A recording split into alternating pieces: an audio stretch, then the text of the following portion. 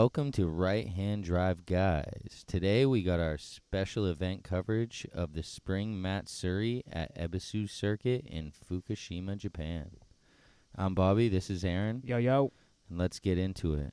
So when we left off with you last time, we were pretty much leaving Shizuoka Station after our travels across Japan, checking out tourist sites, and from there we headed up the highway towards Fukushima, where Ebisu is located.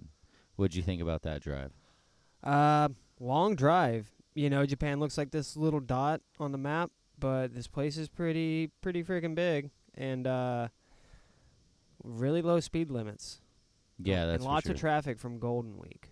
So, Yeah, it's been busy. It's definitely been busy. So Nagoya, Japan. Oh yeah. It's a huge PA where people come park. It's like a travel plaza style deal. Yeah. You know, they got restaurants, bathrooms, giant Ferris wheel. So that's pretty cool. Japan loves their Ferris wheels, I guess. Yeah, that's for sure. You can see Ferris wheels one after another over here. So, yeah, when we start heading up to Fukushima, that's the area in which Ebisu is in. Yep. And you get the most amazing view of Mount Fuji.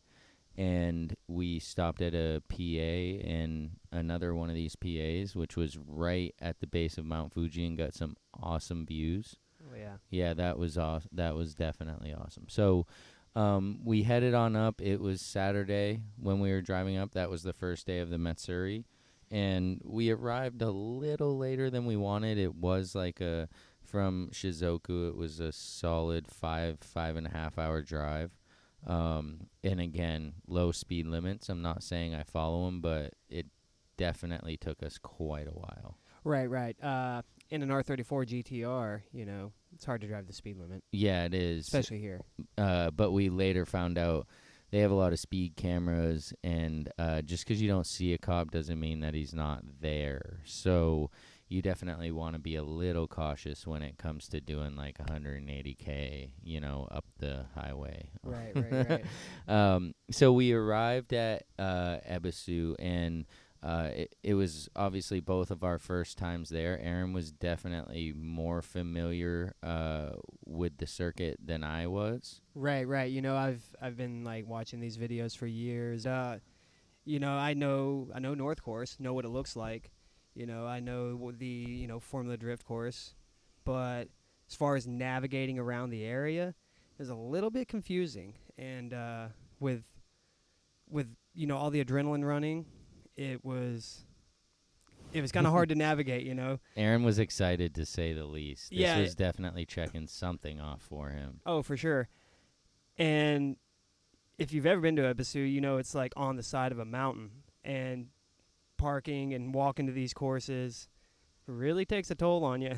Yeah, that's for sure. I know my calves are still a little achy from that, but what I found really cool about it was that it shares space with like an animal park, and like you're literally smelling tire, you're hearing tire, but you're seeing bears, red pandas, and what was that? A raccoon dog. Raccoon dogs. Yeah. So they're literally, within hundreds of feet of each other. So I found that really interesting that an animal park can operate in the same space as a race course. So Right. It's pretty wild. You know, just seeing like golf carts driving around with a monkey hanging off a guy's back driving, and just I don't know, it's madness. It almost yeah, seems it really like. is. You wouldn't see it where we're from. So, yeah, I thought that was pretty interesting. But we arrived, like I said, a little late. The D1 course, which is the East course, closed up at 4, and we literally got there at like 3:50 and parked, and we couldn't find it in time. So all the boys were leaving when we're walking in, and we're like, oh, that Right. stings. You know, we heard them ripping. You know, and Yeah. doing the final train of that course within the day. But Matsuri goes all night, so there was definitely they're going to meet up somewhere else at another course. Yeah. And that ended up being North Course, Right. which that course is amazing. And if if you've seen the videos, you walk in there and you know you're there. It's Right. unmistakable. Um, but we did get a chance to check out before heading up there. We got a chance to kind of check out the Gymkhana course and the skid course, where some guys were just kind of practicing their skids and just getting their lines right, and maybe these were some of the less experienced guys that didn't want to be out on the main courses with the guys that do this all the time. Right. And we also got to see Minami, which RIP, they turned that into a dirt rally course now, and that's the famous course where it had the infamous jump that Daigo Saito would do in his chaser. He would jump it, ride the wall, initiate into the first turn, and unfortunately, course is no more. It's a dirt Right. course now, but Yeah, it was pretty iconic, but like he said, it was cool to just see it in real life of what it was, just to see that outline of the course that once was. There was somebody on there ripping it in something. I wasn't quite sure because again, we're like kind of on foot as we're not like experienced with this circuit yet, so we didn't really make it over there. But yeah, no, it was cool. We parked the GTR like pretty much in the middle. Ended up parking next to Adam LZ and his GD8 STI, which is a beautiful car. And then there was an Evo 5 sitting next to his. So that was really pretty iconic to see three of these like JDM legends like stacked next to each other at Ebisu, where you normally probably wouldn't see those three cars because it's a drift course. right. So at this point, we grabbed some food in the little Animal Park Cafe, and we get ready to walk up this steep hill towards the North Course. Hoofing it, dude. Yeah, like because we're not trying to miss anything else. We already missed like a whole day of the East Course, so we're headed up. And Amber's with us, and there's three of us just like flexing the calves, Yeah, like dude. not knowing how far this really truly is. Right. But we're committed because we're not missing. Right, anymore. and you can hear the cars. You can hear where they are. You just can't see them. That's the motivation. It's like the fish on the pole in front of you, right? Like you're trying to get it. You're trying to get it, and finally we got up there, and that was a good feeling. And what I didn't realize was that you actually have to walk through a tunnel underneath in order to get up to the North Course. Right, and the pavement at that place is super beat. There's a lot of steep inclines, and I've always heard the term Ebisu spec, as far as like suspension setup goes, and that usually means the front end's a little bit higher.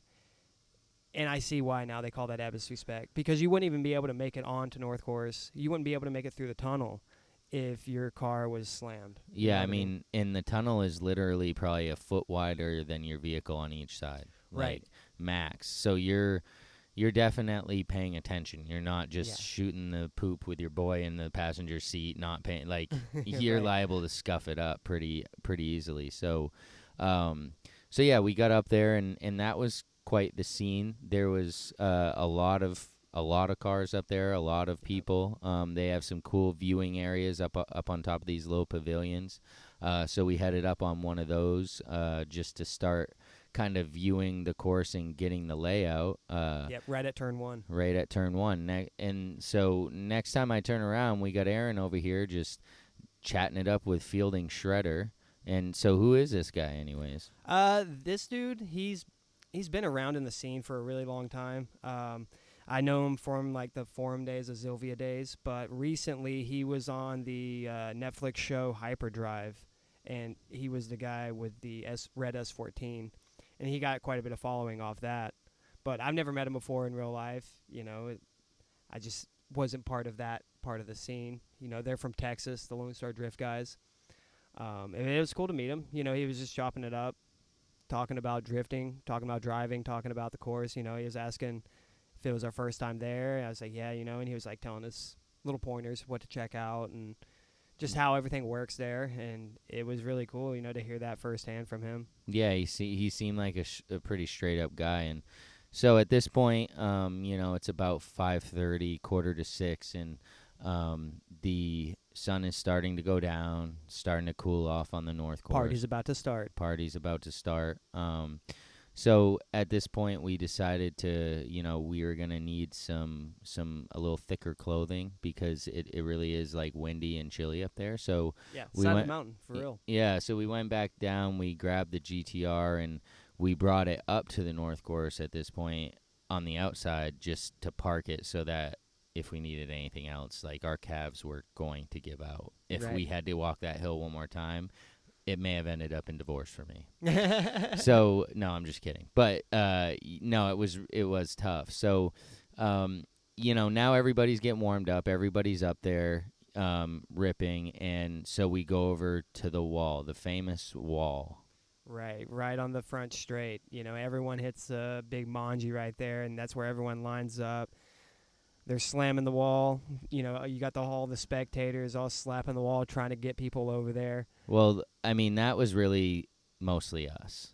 For a lot of it, right? Generally, yeah, but we were the hype guys for sure. We were drawing them over, right? Which was a blast. And so I got my cherry pop by Savio Silva, who's a Drift HQ drifter in his 240 SX, and I was sitting there slapping the wall, and this guy, he had me tucking hard. I was shook because he almost hit me. Oh, yeah, you about lost your phone. Yeah, I was like, oh, my Lord, this is real. Like, they actually come at you. Yeah. And so from that point on, there was a little dumpster behind the wall, and I was sitting up on the dumpster with, like, a good vantage point, just, like, whipping my arm, just trying to get their attention, let them know that we're hyped for them. Yeah. And we want to see it. Yeah, and it was definitely working. Yeah, no, it was. And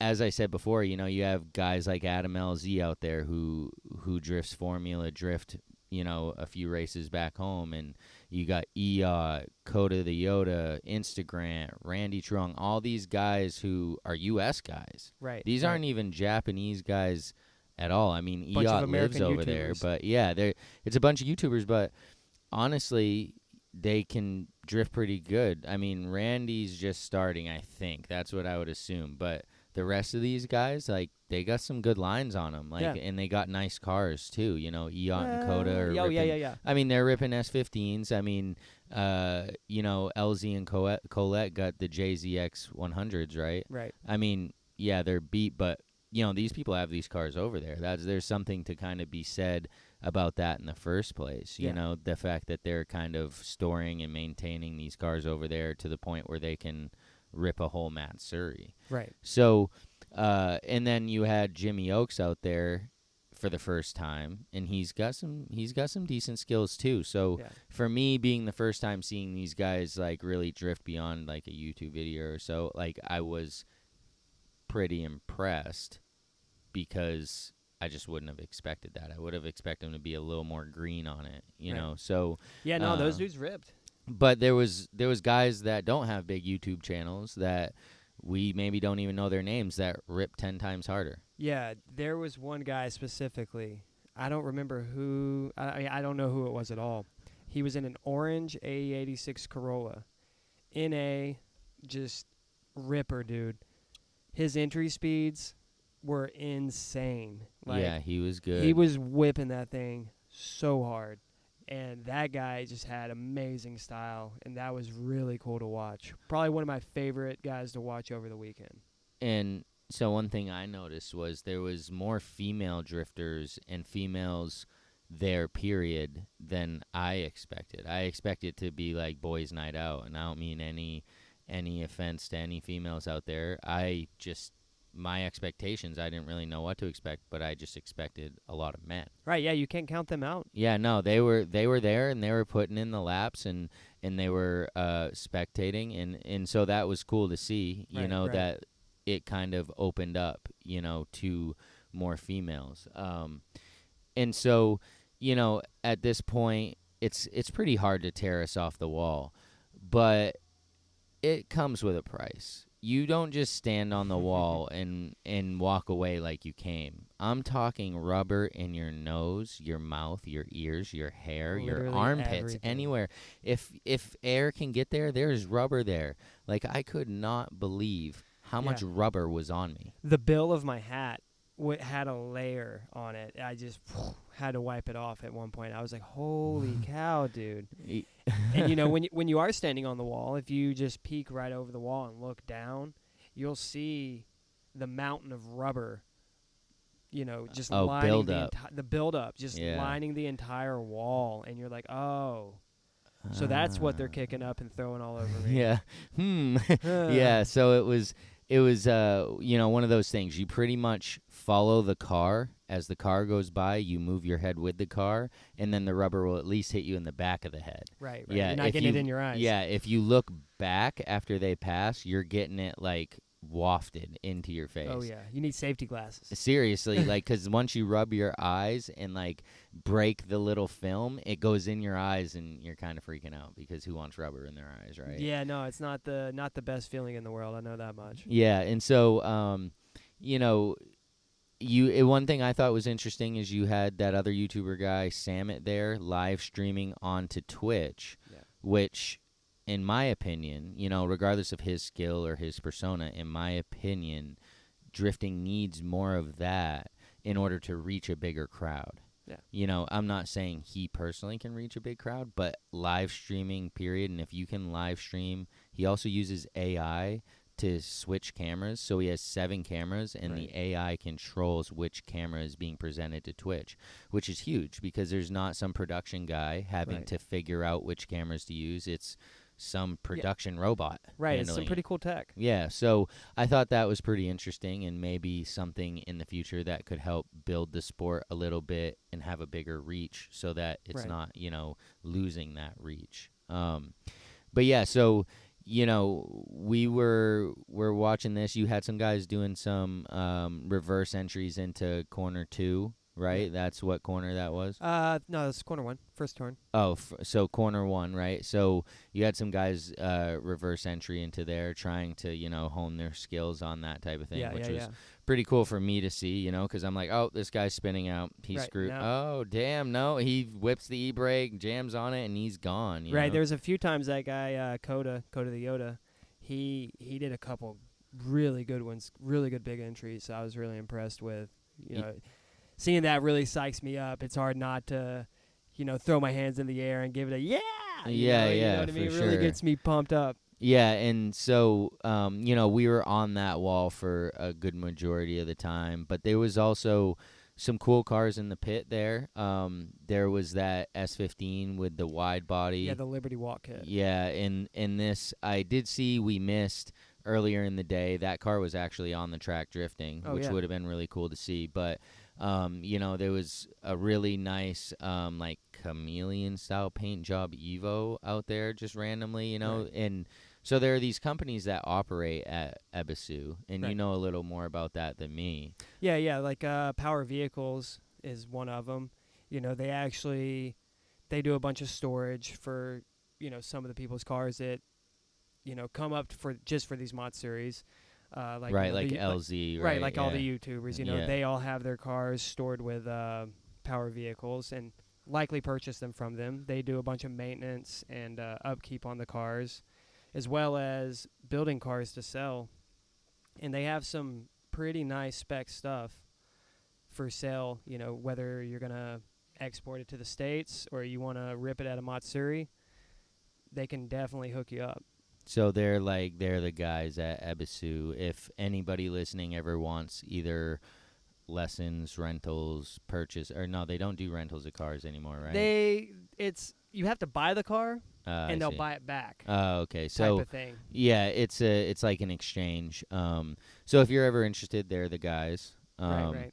And Ebisu, as he said, is on a mountain. You drive about 10 minutes to the closest little town, I Right. guess, and it has all your basics, everything you'd need, some 7-Eleven. food. Yeah, 7-Eleven, huge out here. We're definitely have become fans of 7-Eleven, a.k.a. 7 and I Holdings. 7 and I Holdings. Whatever it's that weird, means. yeah, but they're it's great. We've literally eaten many meals at 7-Eleven, and I would Yes. never eat a meal at a 7-Eleven in the United States Right. ever. And when we say 7-Elevens, it's not like the 7-Elevens we Nothing have in like the it. state. You're not seeing the Slurpees. No, You're not seeing none of that. none of the junk really. No, it's actually like decent hot Yeah. food. I mean, yeah, it's corn dogs and fried chicken and stuff, but Yeah. like, Sandwiches, stuff like that. But yeah, sushi like, even. you're not getting anything that you're like balking at. You're not like, it's not like a gas station sandwich in the United States. It's like a fresh made sandwich, you Right, know.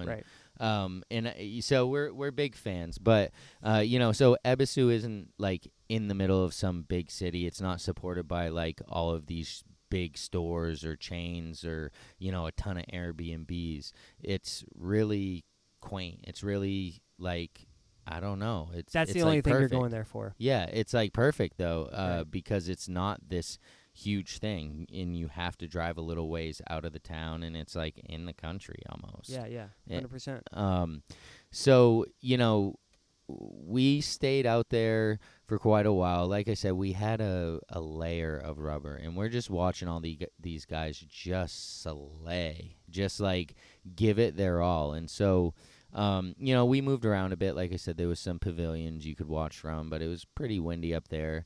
I ended up finding a home on top of the wall behind a fence, like 25 feet down from where we were slapping the wall. And I was really just searching for another vantage point, but also like maybe a place where like the dust settled prior, so like I wasn't getting it all. Right. And we moved around. You can go pretty much sit on corner one. Like, you can literally sit. And this is what's crazy about this and blew both of our minds. The regulations are non-existent. None. Like, Yeah, and that's none. what Fielding was talking about whenever we first got there. It's what we kind of discussed a little bit. There's no flaggers.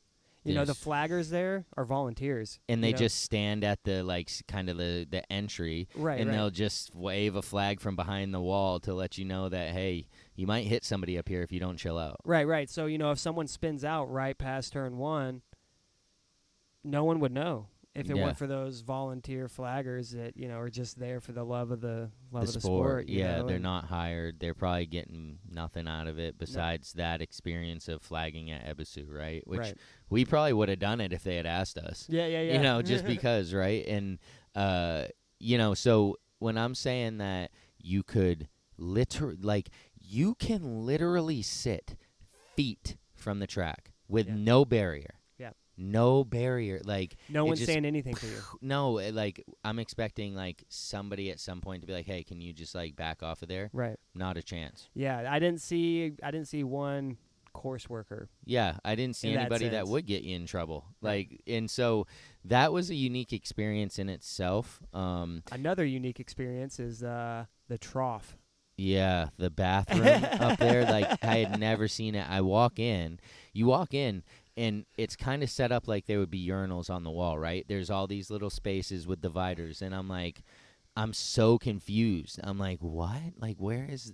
Oh, shoot! Down on the floor, there's like a 8-inch wide trough, Right, right. Just like a little ditch, little pitched, concrete yeah. ditch. and then on the wall is metal sheets. And the metal sheets, you pee onto those, it dribbles down into the trough, or you just pee in the Yeah. trough, and Never seen anything boom. like that. The female toilet, Oh.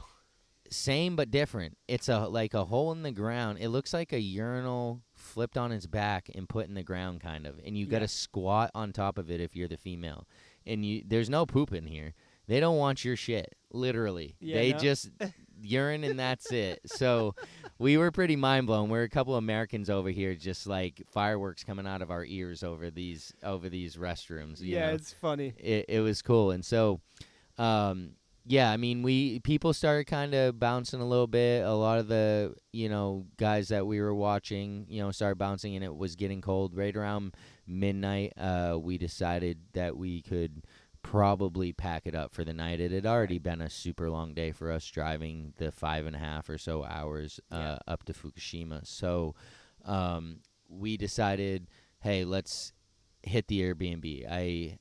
And little backstory, we had always planned to do this, but I kind of had gotten too excited, and I had booked us a room at the Fuji Speedway Hotel that night, which is a beautiful Hilton hotel on Fuji Speedway with a huge museum inside of it, which we were pretty pumped to do. But once I realized it was on the same night as Matsuri and that everybody was going to be in town, Yeah. I was like, nah, we can't do it. So I ended up having to book an Airbnb. It was the single only Airbnb available in the Fukushima area.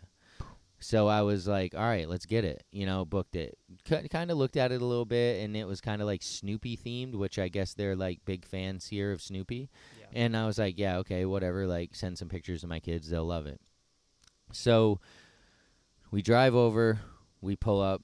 These people are waiting for us. And that was the first weird thing. We're like, wait. Like, usually you get a lockbox code. You get, something, the keypad code. No, they want to walk us through, show us every single thing in the house. So, as you can imagine, Yeah. After this super long day, Yeah. Smelling like rubber and other things. and yeah, farts and all kinds of stuff, right? So, we're like, all right, hey, what's up? Like, and this guy gives us a tour of the whole house that is excruciating. Shows us how to turn all the lights on and off. Every single light in the house. Shows us how to use every single thing in the house. And, like, he had better English than a lot of the guys. Oh, 100%. Yeah, but still, it was very tough, like, to just make it through it. And, by the end, I'm definitely still being polite, but I'm kind of a lot more short. Like, yep, no, okay, cool, because it's like 12 something, at night, and I know that we have stuff to do tomorrow. Right. And so either way, it worked out fine. He got out of there. We got to bed. And the next morning I wake up and, I'm kind of getting out of bed, and I look back down on the bed.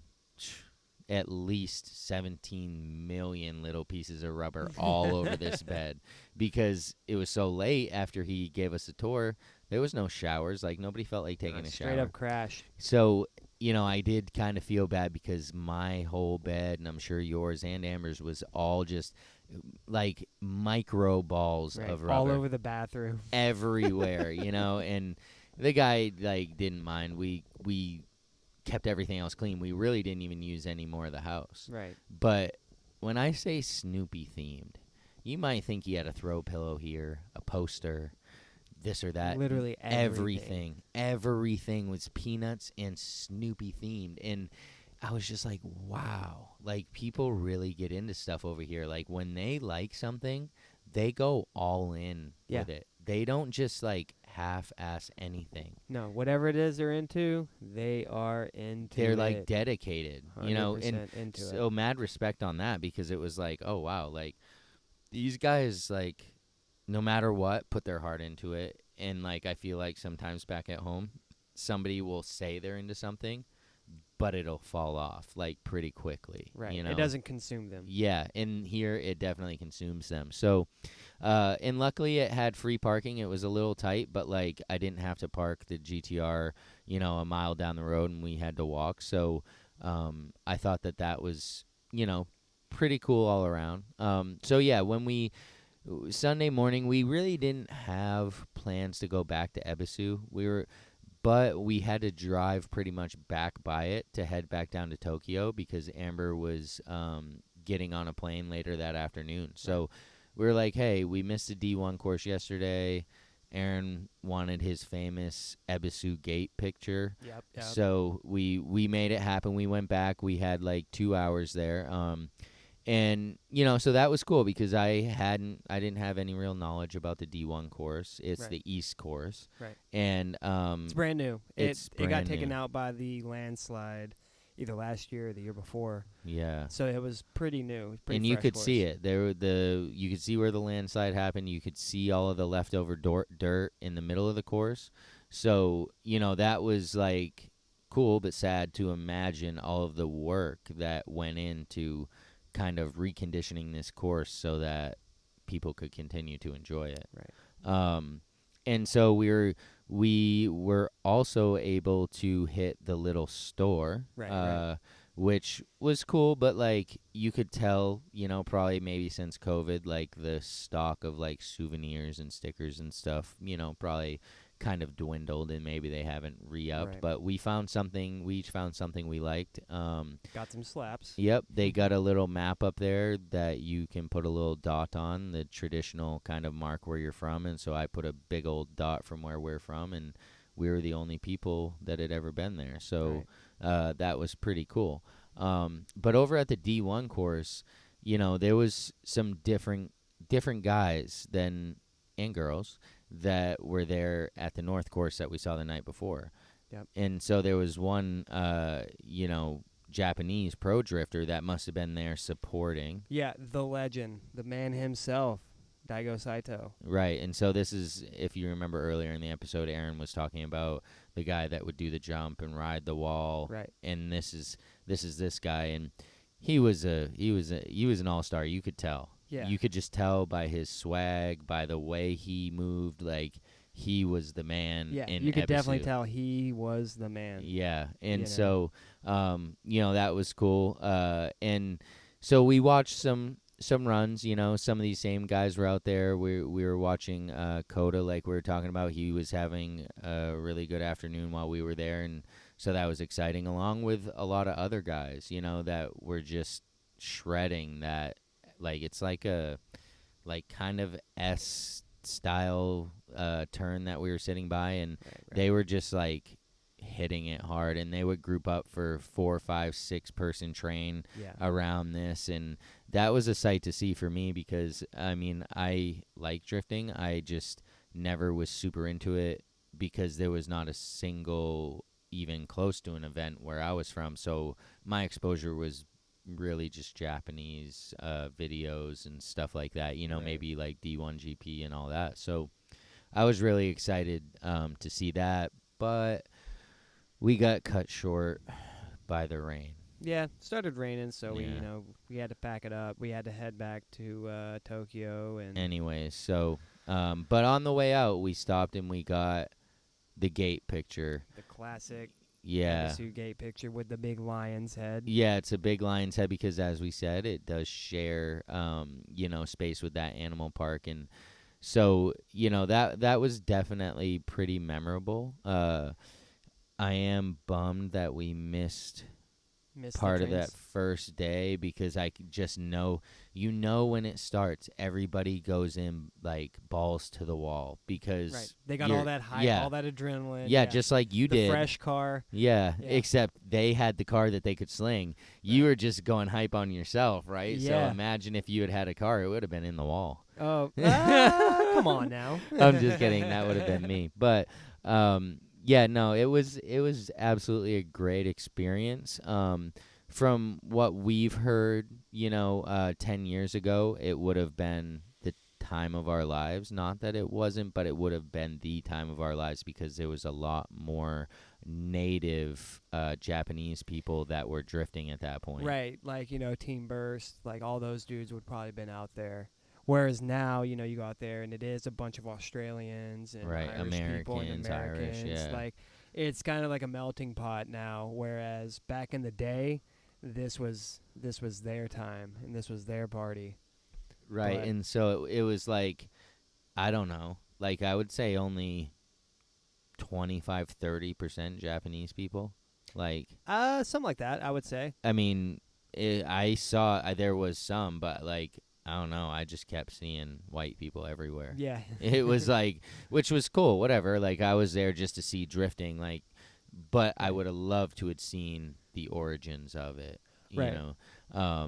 But in the reason for this is because all these cars are getting scooped up, because all of these, JZX 100s and these Sylvias are all getting scooped up, whether they're getting exported, whether they've been crashed.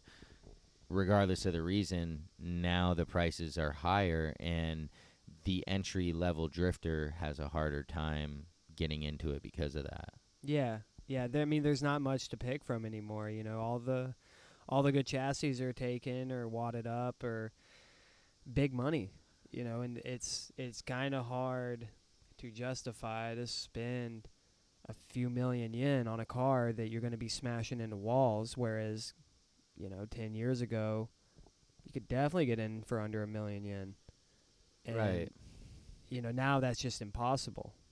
And so, and that's something we were speaking about privately, was just that, the drift scene in Japan is struggling because of this, because of the lack of chassis that they can come in with, and we're really hoping something can come along, or whatever, so that the drift scene here can continue.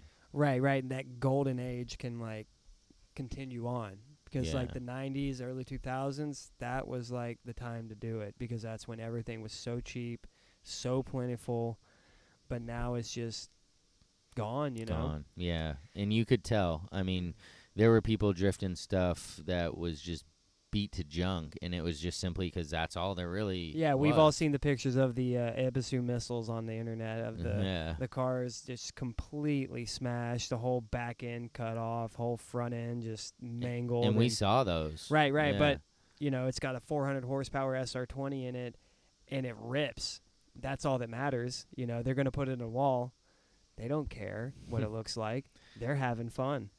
And so, really, what we're trying to say is, if you have the opportunity to get to a Matsuri in the next couple years, you definitely want to, just because it may not last forever. Right. Yes. In that extent, it's not. It's already changing. Yeah, and when So- you say sustainability, this is a great definition of that.